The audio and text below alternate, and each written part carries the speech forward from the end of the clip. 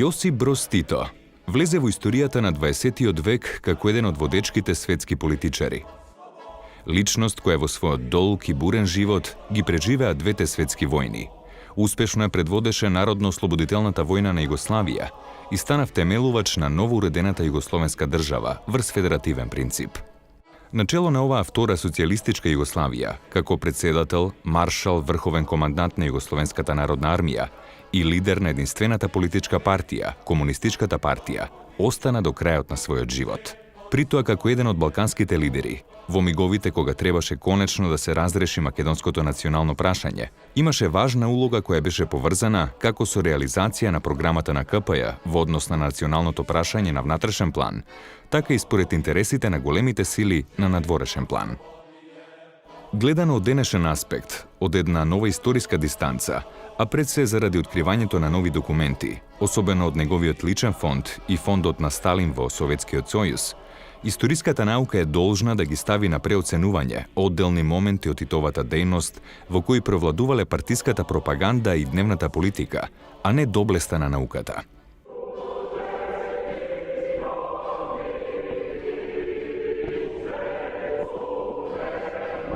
Јосип Броз, иако според званичните биографии е роден во 1892 година во Кумровец, Хрватска, тој го започна чекорењето кон највисокото раководство на КПЈ релативно доцна 1927-28 година, една деценија по формирањето на КПЈ преку раководството на Загребската партиска организација. Доаѓањето на чело на Комунистичката партија за Тито не било воопшто лесна цел. Перо Симиќ, еден од најпознатите биографи на Тито, во својата книга «Тито, тајна на столетието», го опишува во детали овој дел од животот на Тито.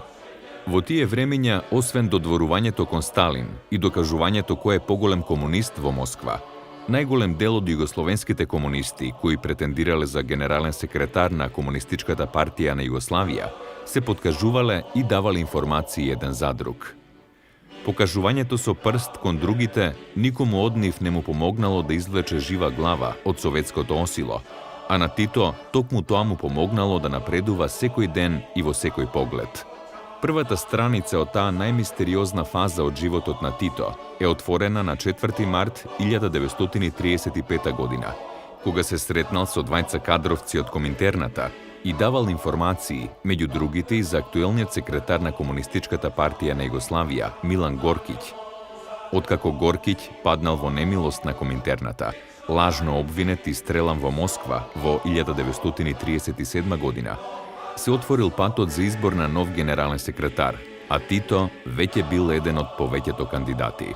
А еден од првих услова je bio da prvo pokaže snalaženje u terminologiji, političkoj terminologiji komunističkog pokreta, prevodeći istoriju SKPB-a koju je napisao Stalin. Drugi, jedan od najvažnijih uslova jeste da učestvuju u staljinističkim čistkama nad jugoslovenskim komunistima koji su osumnjičeni da nisu baš dovoljno staljinisti. На 23 септември 1938 година Тито во Москва пишува едно од најпроблематичните тајни писма од својот живот. Писмото носи наслов «Мојот однос со личностите кои се демаскирани како саботери и непријатели на нашата партија». Во ова писмо дава информации и подкажува деветмина до вчерашни партиски другари. Камило Хорватин Петровски, Ѓуро Цвијиќ Крешиć, Иван Гржетиć Флајшер, Милан Гркиć, доктор Симо Марковиć, Филип Филиповиć, Симо Милјуш, Антун Маврек Кербер и Стјепан Цвијиć. Сите овие луѓе се убиени. На крајот од писмото Тито напишал: «Доколку се потребни податоци за некого кого не сум го спомнал овде, молам да ми се каже». 4 дена по ова писмо, Тито во трка за партиската функција се ослободил и од двете своји венчани сопруги, поранешната Пелагија Белоусова и тогашната Луција Валтер. Воопшто не штедел лоши зборови пишувајќи за нив. Пелагија веќе била во затвор, а осудата од Тито уште повеќе го загорчил животот, додека Луција Валтер, под лажно обвинение дека е германски шпион, веќе била убиена кон крајот на 1937 година. Ja sam našao podatak da je recimo isključio najmanje 11 visokih funkcionera marta 1939. godine, još su bili živi. Svih 11 je streljano samo mjesec dana kasnije, kad je on doneo odluku sa 5 svojih najbližih saradnika na jednom neformalnom sastanku, kad nije postojao nikakav politbiro, nikakav centralni komunitet Komunističke partije Jugoslavije. Pero Simić ke podvleče. Navreme se distanciraše od svojeg prethodnik, navreme se vključivo trkata za njegov naslednik, navreme vo Moskva davaše karakteristiki, mislenji i podatoci za svojite potencijalni konkurenti, navreme isfrli stotina svoji partijski drugari i navreme je stekna do verbata na Kominternata. Vo periodot 1939-40 godina Tito dobiva odobrenje od Moskva da zastane na кормилото на Комунистичката партија на Југославија. Но што се однесува до македонското прашање и Тито, можеме да констатираме неколку работи. Првата работа е дека во периодот меѓу двете светски војни и делумно во текот на народно-ослободелната борба, Тито малку го познавал македонското национално прашање. Втората работа е дека непосредно после Втората светска војна расчистил со сите носители во Македонија, со сите носители на поинакви опции на решавање на македонското национално прашање од она кое го зацртал Јосип Брз Тито, односно Политбирото на Комунистичката партија на Југославија. Јосип Брз Тито имал јасен став по однос на македонскиот идентитет. За него тој не го доведол воопшто во прашање, не доведол во прашање самобитноста на македонскиот национален индивидуалитет. Меѓутоа, сметал дека македонското национално прашање треба да се реши исклучиво во рамките на Југославија. И секое барање за обединување на Македонија било сметано за сепаратизам и национализам. Иако во рамките на Југославија македонски идентитет бил признаен, сепак се наметнувала една потреба да се нагласи повеќе југословенството над националното. Не само во Македонија, туку и во другите републики. Меѓутоа, тоа во Македонија одело особено тешко, од причини што кај македонците постоела одбојност кон самиот термин и поим Југославија, затоа што ги потсетувало на еден дискриминаторски, ненационализаторски режим кој што бил спроведуван во периодот на меѓу двете светски војни.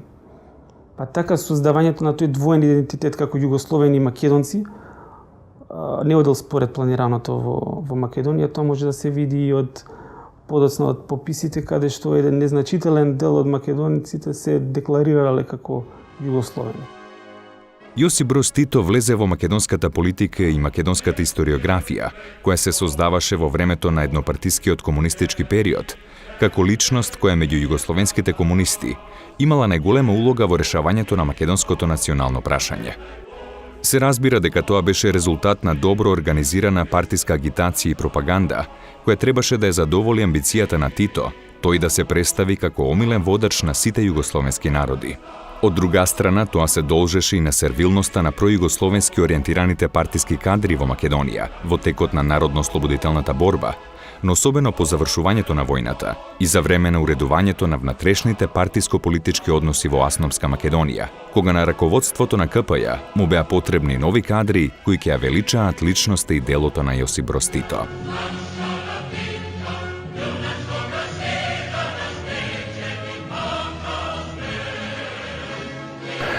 Јас не верувам дека Тито пред Втората светска војна беше многу запознат со, да кажеме, македонското прашање, бидејќи тоа прашање се разгледуваше во Коминтернат, во Москва, балканската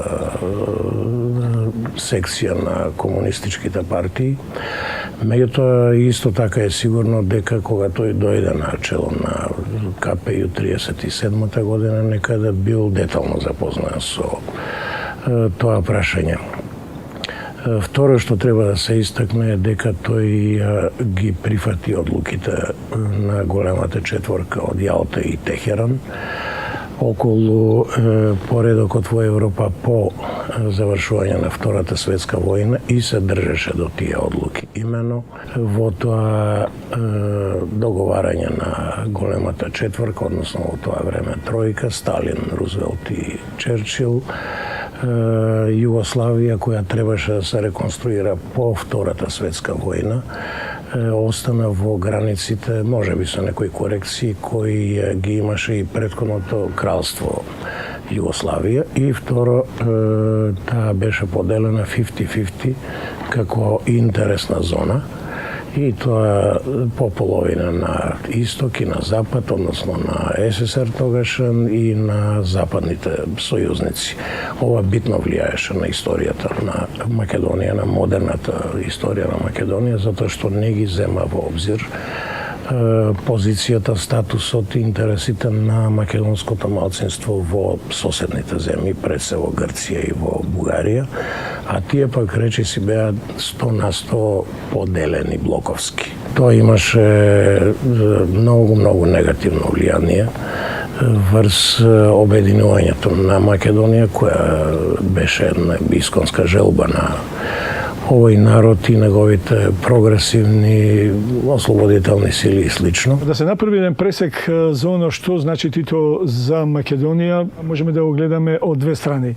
Едната страна е тоа што Тито уште во почетокот како идеја го имаше зачувувањето на кралството Југославија како граници, меѓутоа тој успеа да го направи оно што до тогаш не беше направено од другите политичари во кралството Југославија. Имено Тито ја призна посебноста на сите народи на Југославија, а со тоа и на македонскиот. Но пред се треба да се има предвид фактот дека Тито не беше ниту првиот, ниту единствениот раководител на КПЈ, кој го внесе во теоријата, програмата и практиката на КПЈ, македонското национално прашање, како едно од најактуелните политички, национални и државни прашања во многонационална кралска Југославија. Комунистичка партија Југославија још пред доласка Тита на njeno čelo imala u suštini izgrađenu nacionalnu politiku i rešenje nacionalnog pitanja svih jugoslovenskih naroda, pa i makedonskog. To rešenje je bilo pod snažnim uticajem Kominterne, formulisano još 1928. godine na 4. kongresu Komunističke partije Jugoslavije u Drezdenu, kada je zapravo formulisana politika prvi put u Komunističkoj partiji Jugoslavije da svi jugoslovenski narodi imaju pravo na samoopredeljenje do odcepljenja. I prvi put se u dokumentima Komunističke partije Jugoslavije pominje i makedonsko pitanje da ga treba rešiti na taj način. Dakle, Tito je nasledio partijsku politiku, nije on je uopšte izgradio, niti je na bilo koji način doprineo, ali se može reći, bez obzira na sve, da je imao izvesne zasluge što je nacionalno pitanje u Jugoslaviji, kad je on došao na vlast, rešeno zaista na taj način. Јас ќе се обидам малку да ја разбијам таа матрица која што беше карактеристична до пред 20 на години, дека комунистичкото движење, односно Комунистичката партија на Југославија, била двигателот на посебна идејата за посебност на македонскиот национален идентитет, заради фактот што паралелно додека Комунистичката партија на Југославија и приврзаниците действуваат, односно агитираат на теренот, не сме да се заборави фактот дека македонските интелектуалци, како Методи Андонов Ченто, Методи Шатаров Шарло, Панко Брашнаров, Петре Пирузе Мајски, действуваат активно на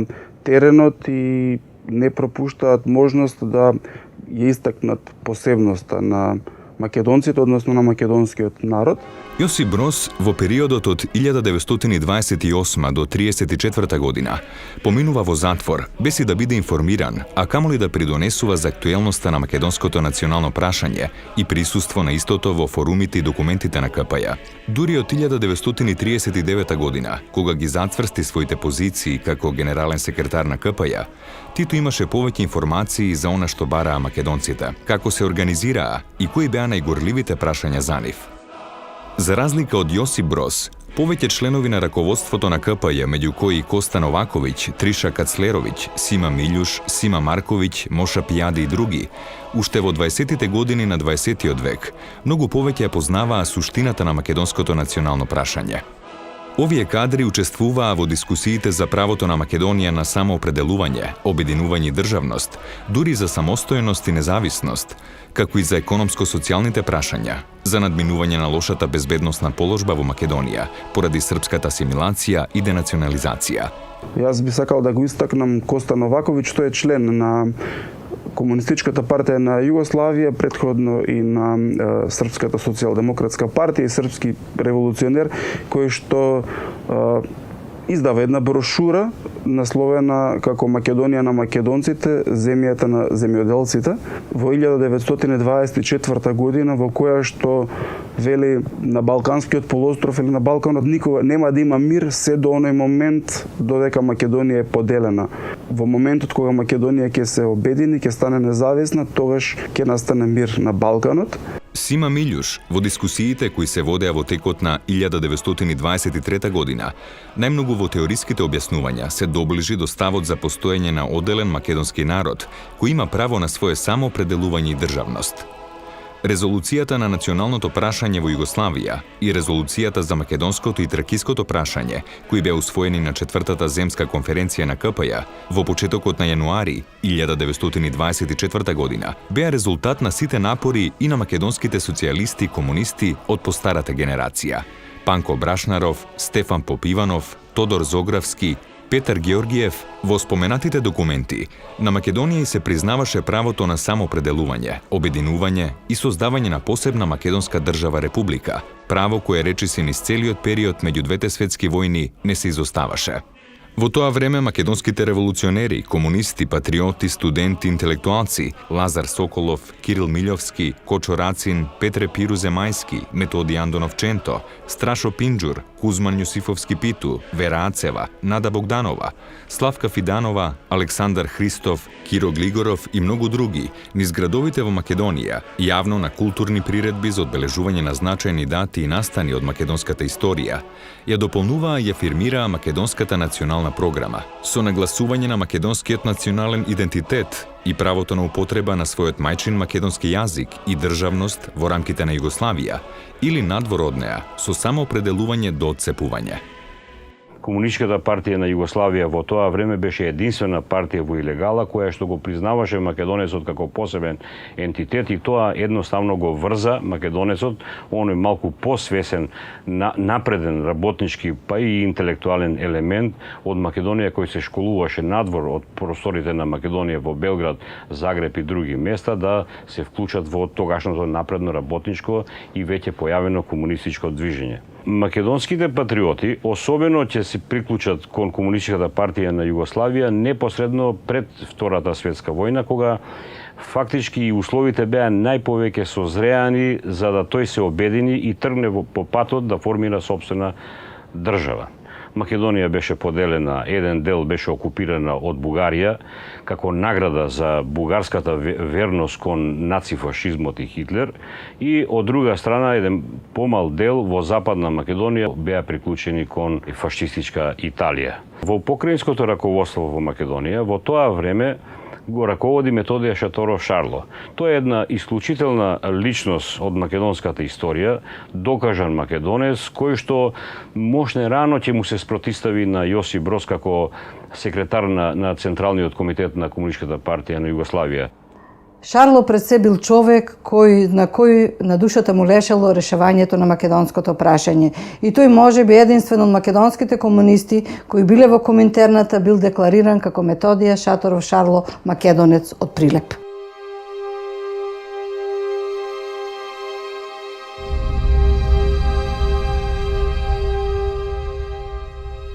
Доаѓањето на Методија Шаторов Шарло 1939 година на чело на Покраинскиот комитет на партијата за Македонија уште повеќе придонесе да се нагласат македонските национални барања и да се истапува посмело во поставувањето на истите пред раководството на КПЈ и пред Тито. Имено Шарло се залагал сите национални сили во Македонија, односно без оглед значи на нивната социјална положба, интелигенција, селанство, работништво и така натаму да се обединат во фронт за национално ослободување и на Македонија. Исто така, на ова конференција Шарло и учесниците барале целосно иселување на српските колонисти од Македонија, кои во периодот меѓу двете светски војни имале задача да го србизираат и асимилираат македонскиот народ и како такви експоненти на големосрпскиот режим и на нивната експлоататорска политика на големосрпскиот режим, Шарло барал овие колонисти сите да се иселат од Македонија. Тоа се случи и на петата земска конференција на КПЈ, одржана во Загреб во октомври 1940 година. На којашта конференција Методије Шаторов Шарло ќе истапи со своја дискусија дека единствена можна солуција е формирање на македонски национален револуционерен фронт, кој што во себе ќе ги опфати сите структури на македонското население.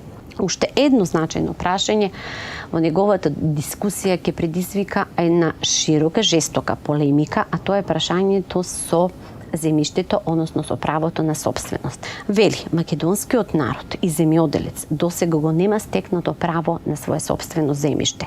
Неговото право е узурпирано од страна на доселените српски колонијални фамилии, на кои им е доделено најплодното и најубавото земјиште. Излезот од ваквиот проблем го гледа во земањето на земјиштето и доделувањето на македонските селани, земјоделци. Овие резолуции на оваа конференција и ставовите на Шарло биле критикувани, особено тој дошол во судир со двајца најблиски соработници на Јосип Броз Тито, Милован Гилас, кој држи реферат за националното прашање, и Иван Милутиновиќ, кој држи реферат за аграрното прашање. Но и покрај критиките кои ги добил на оваа конференција, Шарло не отстапувал од своите ставови за целосно решавање на македонското прашање и државотворно конституирање на македонскиот народ. Tito, međutim, je dobio i prvu opoziciju u okviru Komunističke partije Jugoslavije upravo iz redova Makedonaca. Svi relevantni arhivski izvori i beogradski i moskovski u kojima se čuva arhiva Komunističke internacionale i svih njenih članica, pa i Komunističke partije Jugoslavije, pokazuju da je prvi čovjek koji se suprotstavio Titovom, kako on tad već kaže, samovlašću, Titovom apsolutizmu.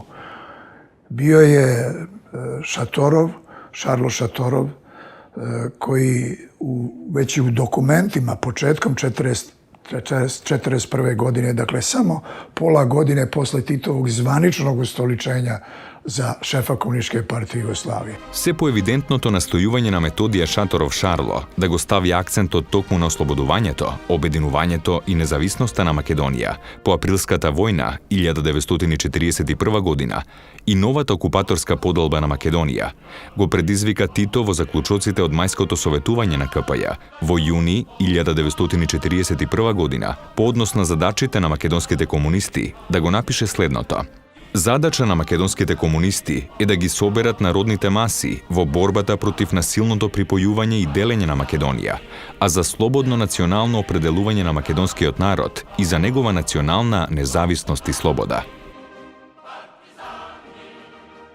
Значи се нашле спротиставени скоро две концепции за решавање на македонското национално прашање. Комунистичката партија на Југославија и Јосип Броз Тито, мислам специјално Јосип Броз Тито, се залагал за обновување на Версајска Југославија, односно за демократско преуредување на Југославија во нејзините граници. Додека Методије Шаторов Шарло се залагал за целосно обединување на македонскиот народ, негово државотворно конституирање и формирање на слободна Советска република Македонија. Значи, тоа биле две различни концепции. Njihov sukob se završio te 1941. godine jednim prosto načinom na koji je Tito radio sve komu se god suprotstavio. Potpunom izolacijom Šatorova, isključivanjem iz Komunističke partije Jugoslavije.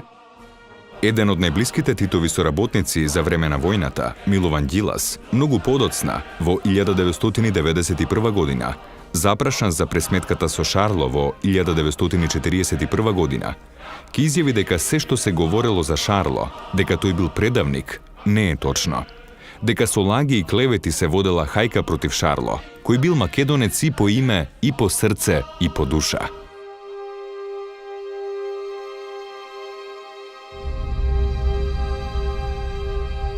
И се од 41 година до 52 година во Политбирото на Централниот комитет на Комунистичката партија немаме ниту еден македонец. А Политбирото беше најважното тело кое креираше не само народно-ослободителната борба, туку и повоената изградба на Југославија, што значи македонците речели си немале никакво влијание во раководењето на оваа држава, и се до крајот на постојањето на Југославија, но специјално во периодот до 52 година, до 6-тиот конгрес на КПУ, кога единствен македонец кој беше коптиран во највисокото тело на Комунистичката партија, односно во Политбирото на КПУ, беше Лазар Колишевски, доверлив човек на Белград, кој без поговор секогаш ја спроведувал политиката на Политбирото и на Белград. Откако го отстрани Шарло од Покраинскиот комитет, Тито во писмото од Централниот комитет на КПЈ до Покраинскиот комитет за Македонија од октомври 1941 година отворено пишуваше дека при создавањето на партизанските одреди во Македонија да дојде до израз влијанието и авторитетот на српските партизани и српските кадри. Во секој обраќање фактички имаше доза на критика дека македонските другари, македонците, не се способни сами да си ја водат борбата. Таквите критики не беа изрекувани само од 1943 година, по доаѓањето на Светозар Вукомановиќ Темпо, туку уште пред почетокот на војната, а особено по суспендирањето на Шарло, без да се има целосен увид во општествено-политичките прилики во кои се наоѓаше Македонија во дадениот период. Тито je problem Makedonije sagledavao sa distance, preko instruktora. To je verovatno jedan od najvećih problema u njegovom ratnom odnosu sa Makedonijom i Makedoncima. Ne mogu instruktori rešavati problem jednog naroda, jedne nacije, koja sutra treba da bude i država, jeli? I očekuje se da bude država i ona ne može da bude izgrađena na zdravim temeljima, na dobrim temeljima. Ako nemate podršku autohtonog makedonskog stanovništva, nemoguće je da među makedonskim komunistima nije mogao da ne pronađe solidne oslonce u koje bi verovao i koji bi verovali njemu. Мора да се истакне еден факт кој што постои, меѓутоа долг период не сакаше да се види. Значи, некои луѓе не сакаа да се соочат со него. А тоа е што Македонија е единствената република која што функционирала како таква во Федеративна Југославија, во која што за време на Втората светска војна нема вооружени формации составени од домородно населени од македонци, кои што се борат на страната на нацистичка Германија или фашистичка Бугарија или Италија. Македонците, поголемиот дел од македонското население се партизани. Оние кои што не се партизани се цивили. Има многу малку случаи каде што македонци се вооружувале и действувале во рамките на овие армии кои што се наоѓале во Македонија, поголемиот дел од нив, како што споменав, присилно мобилизирани, меѓутоа во Македонија не е создадена ниту една таква единица која што се борела за целите на државите кои што се во Третиот рајх и нивните сојузници.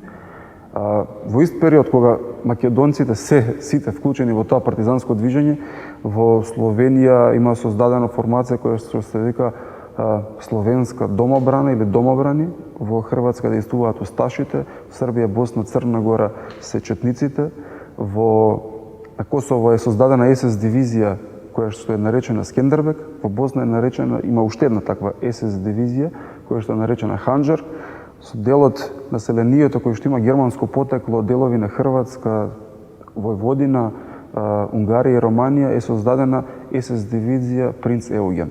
Значи, во сите овие региони постои некаква формација вооружена која што се бори за силите на Третиот рајх. Во Македонија единствено сите се борат за ослободување на Македонија и припојување, односно создавање на обединета независна Македонија.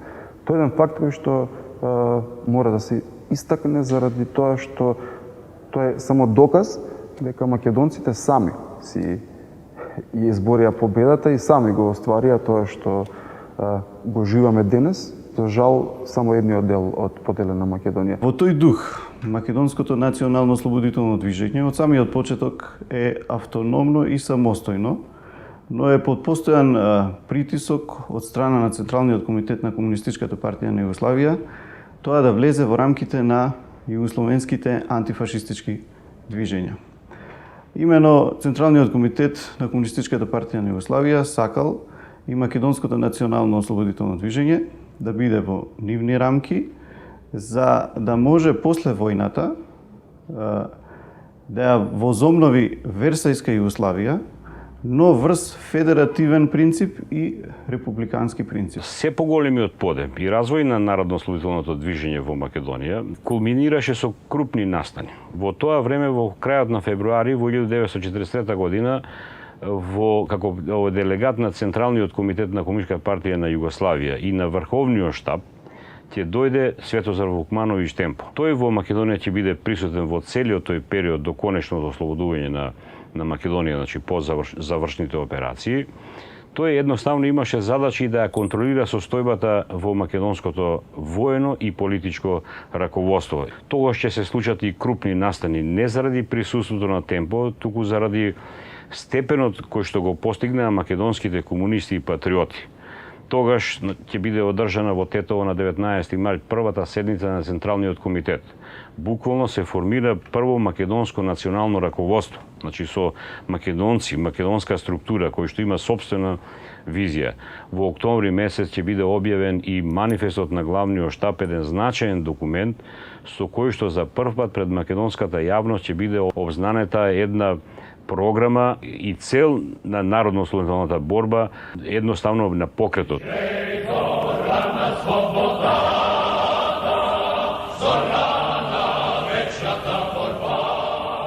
Во однос на државноста, што е значајно за македонскиот народ, било покренато прашањето за идниот државно-правен статус на Македонија. Меѓутоа, таму доволно не е разработено, доволно не е елаборирано за државноста на македонскиот народ во неговите етнички граници. Туку се споменува само за еден дел од македонскиот народ, повеќе обврнато внимание, односно македонскиот народ кој живееше во рамки на Кралството Југославија. И поради тоа, околу декември 1943 година, група интелектуалци, членови на АНОК, објави еден документ. Тоа е приговорот на манифестот на главниот штаб и главниот штаб на Народно-ослободителната војска и партизанските одреди на Македонија.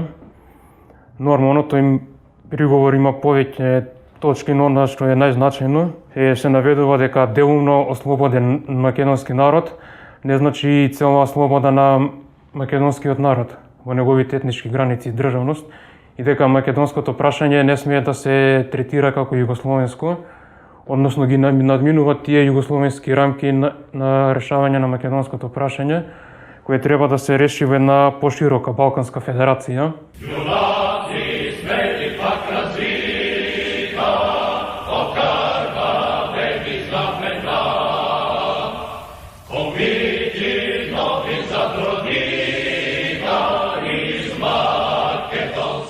Светозар Вукмановиќ Темпо му предлага на Јосип Брос Тито, командантот на македонските војски, Михајло Апостолски, да го произведе во повисок чин.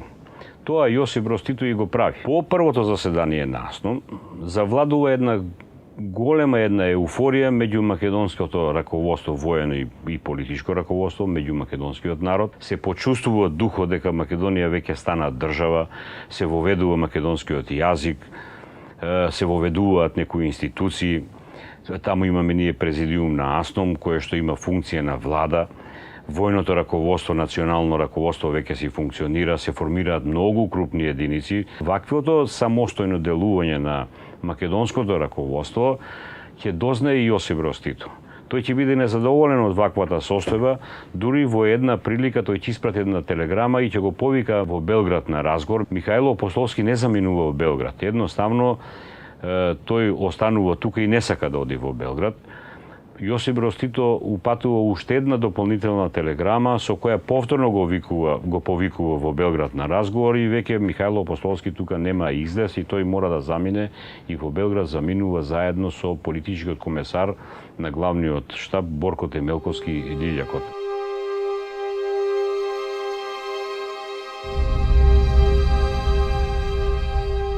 По разговорите во Белград настанува една порелаксирана и смирувачка состојба.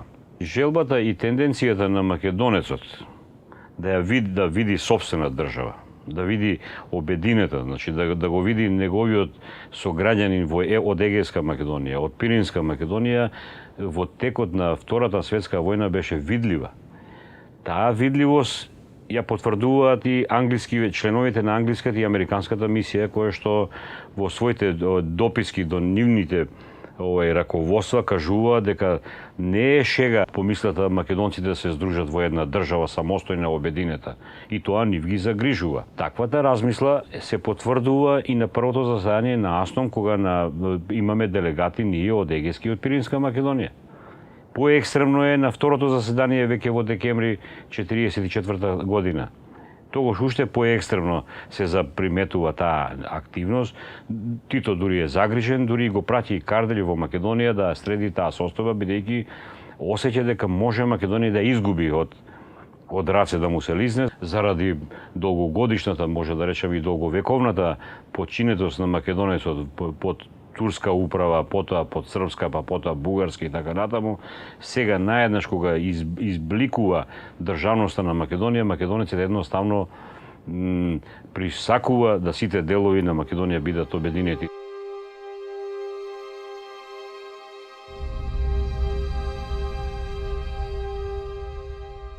Пред завршетокот на Втората светска војна, некаде крајот на 43-та, ми се чини, на ВИС, тамо беше Врховниот штаб и Централниот комитет на КПИ, прими една делегација од Македонија на чело со Методи Андонов Ченто.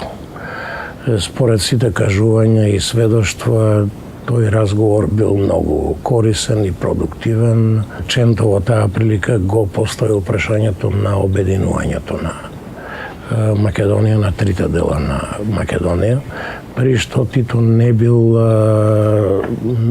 наклонет кон такво решение, меѓутоа се уште војната траела и не се знаело какви консеквенции ќе има крајот на војната и по македонското прашање. Меѓутоа, тоа што е сигурно е дека во белешките од тој разговор на Тито и Ченто, Ченто е опишан како големо македонец и тие белешки сигурно биле сочувани во архивата на КНОЙ, односно на УДБА во тоа време.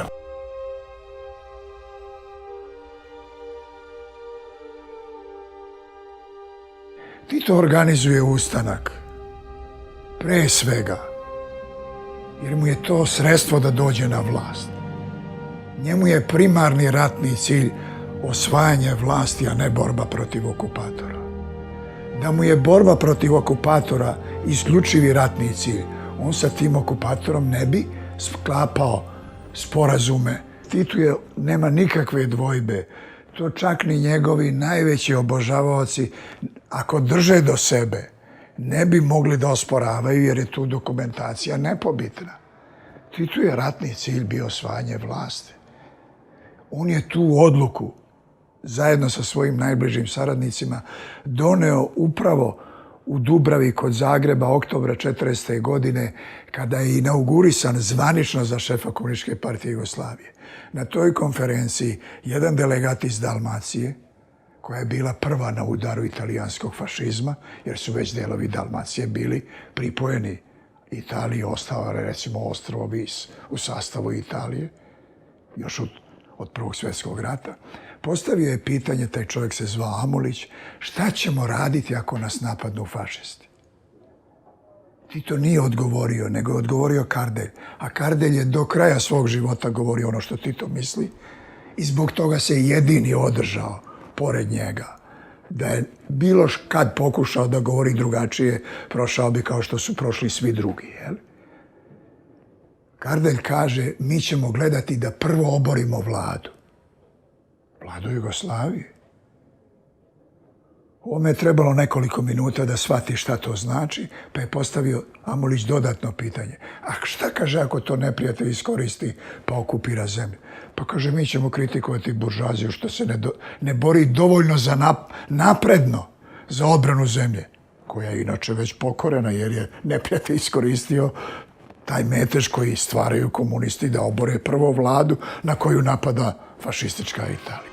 Tito во текот на нов си создаде околу себе такво раководно јадро од српски, хрватски и словенечки кадри, кои во сеја поддржуваа неговата амбиција да стане и опстои како највисок партиски функционер, генерален секретар на Централниот комитет, да се одржи како главен командант на новата војска и на крајот да ја има во своји раце највисоката извршна власт во Националниот комитет на ослободувањето на Југославија, кој по второто заседание на Авној имаше улога на влада. Сето тоа покрај реалниот углед на Тито како лидер на најсилното антифашистичко движење на Балканот, го постигнуваше преку оделенијата за агитација и пропаганда при КПЈ, кои од крајот на 1943 година добија задача да го величаа Тито како голем стратег и војсководител, а потоа и преку оделенијето за заштита на народот, ОЗНА, формирано во мај 1944 година, преку кое беа гонети и ликвидирани бројни идеолошки и политички неистомисленици. Перо Симиќ, во врска со пропагандата за величање на Тито во ова време, ќе го даде примерот со политичкиот комесар на 21-та српска ударна дивизија, Станое Брајовиќ, кој за тоа време запишал: "Култот на личноста на Тито наметнат име на борците дури во 1944 година. Таа година за прв пат ни забележаа дека малку го популаризираме врховниот командант и добиваме наредба да го отстраниме тој голем недостаток. Така набрзо почнаа да исчезнуваат песните кои ги пеевме за мртвите борци: Раде Кончар, Славиша Вајнер Чичо, Бајо Секулиќ, Младен Стојановиќ, Симело Шолаја, Марко Орешковиќ. Постепено се претвори во еден култ, култ на жив човек, култот на Тито како богочовек, во верски религиозен фанатизам."